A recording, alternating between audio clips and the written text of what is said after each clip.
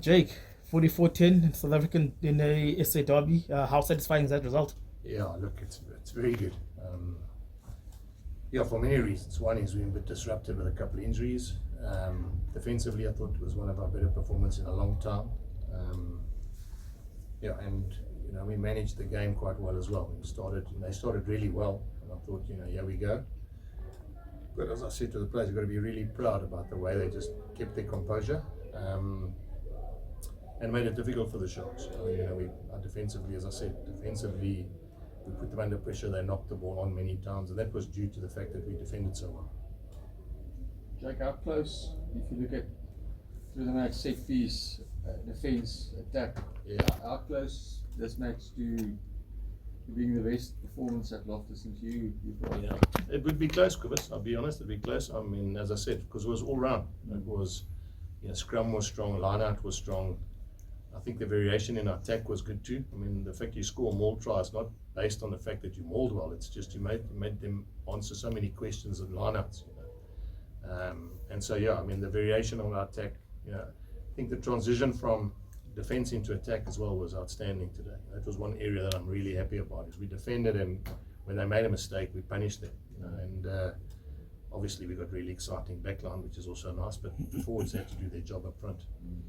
Obviously, the pack lost a lot of experience with Marcel and run out. Yeah. You must be very happy with the way Ulrich stepped into that. Yeah. Well, another leader that we got on the field. In fact, I wouldn't be surprised he comes to see me and says, "Can you captain again?" But last year we groomed Ruan Nokia as a captain, and we see what kind of guy he's become and what leader he's become. And now we got another captain. And if you consider we still got Nizam Khan who can be a captain, and we got Reinhard Ludwig who's captain. So slowly, we're getting leaders in different parts of the field and in different positions, which is going to be good for us. Jake, maybe just know what you made of your lock pairing against the guy like Kevin. Yeah. Well, I mean, I was really impressed with those locks. They even Dion Slubbert, who came from the Pumas, he's the locks. I don't think the oldest lock that played today was I think it was Slubbert, and he's 23.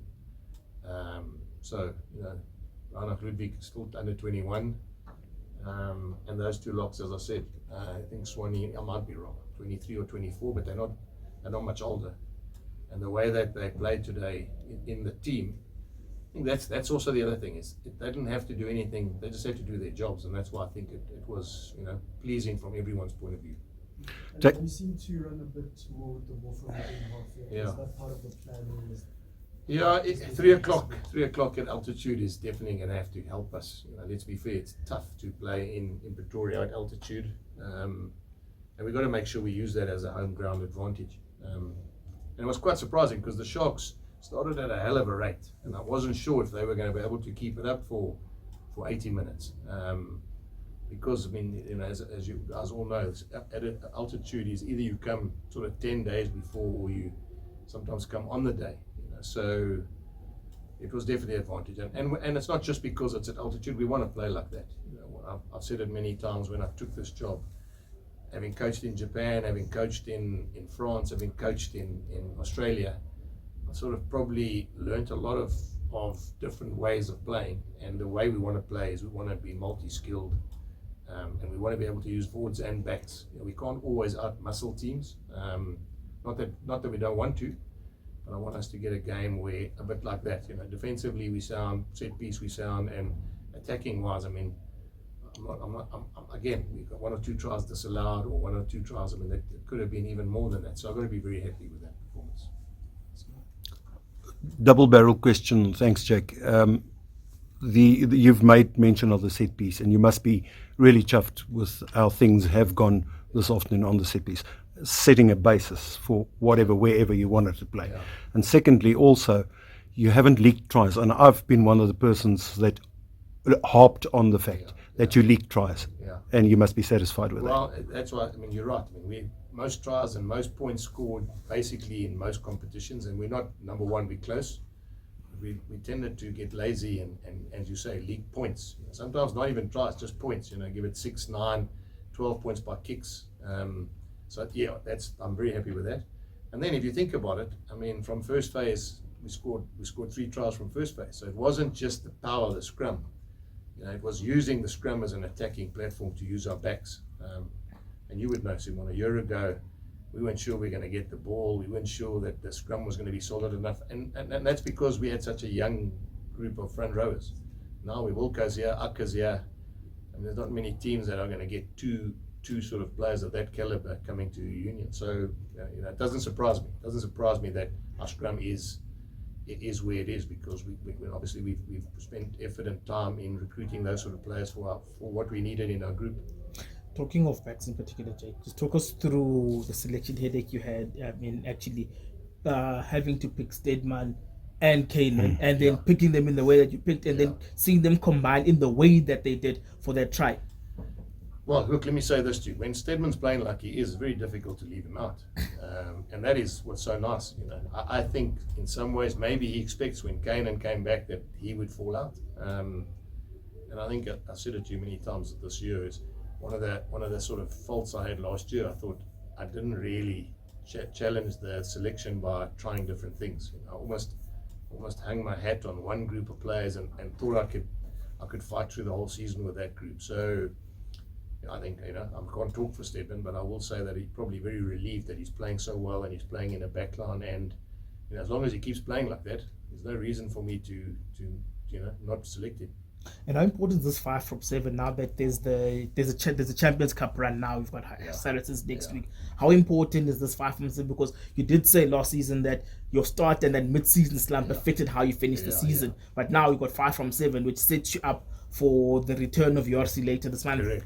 Correct. No, I mean, we knew we wanted to start well, especially without our box, especially with the draw we had. And so it does set you up, but I mean, it's going to get tough now. Now it gets tough. You get Leon away, Saracens at home, well, not in that order. Saracens at home, Leon away, and then Stormers away.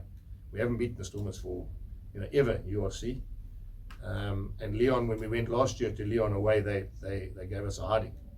And then, I mean, I'm not going to have to tell you any more about Saracens. I mean, half of England plays for Saracens, so, and they've won the Champions League a few times, or the Heineken Cup, or the Investec Cup as it's called now. So, I mean, I'm under no illusions about how tough the next 3 weeks are going to be.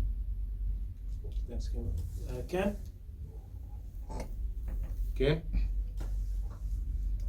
Thanks, Runga. How's it, Jake? Well done. Thank you. Like you mentioned, transition being the transitional phase in the big today.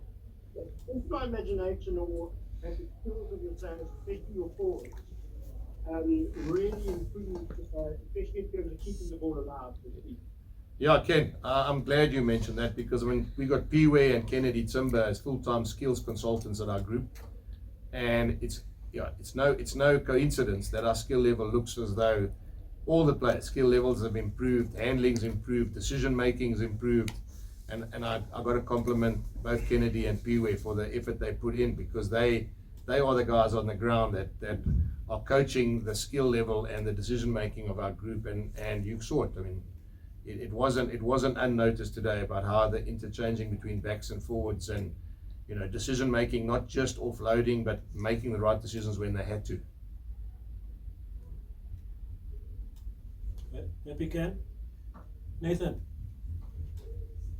Thank you very much, Lunga and Jake, for today. Jake, a while back, we had you seen with this time. There's all that cliche of tough times never lost. What advice would you give John coming there at this difficult time for him and sharp there? Yeah. No, I don't need to give him advice. He's been around the block. He's, I'm sure it's tough for him. He's just come in late. So I don't think I need to give him advice. I mean, he's been at the Sharks. He played at the Sharks. He coached there. I'm sure he'll understand what needs to happen in the next couple of weeks, months. I don't really think it's fair for me to start commenting on what he needs to do and what he shouldn't do. Right, cool. Thanks, guys. Thanks, guys.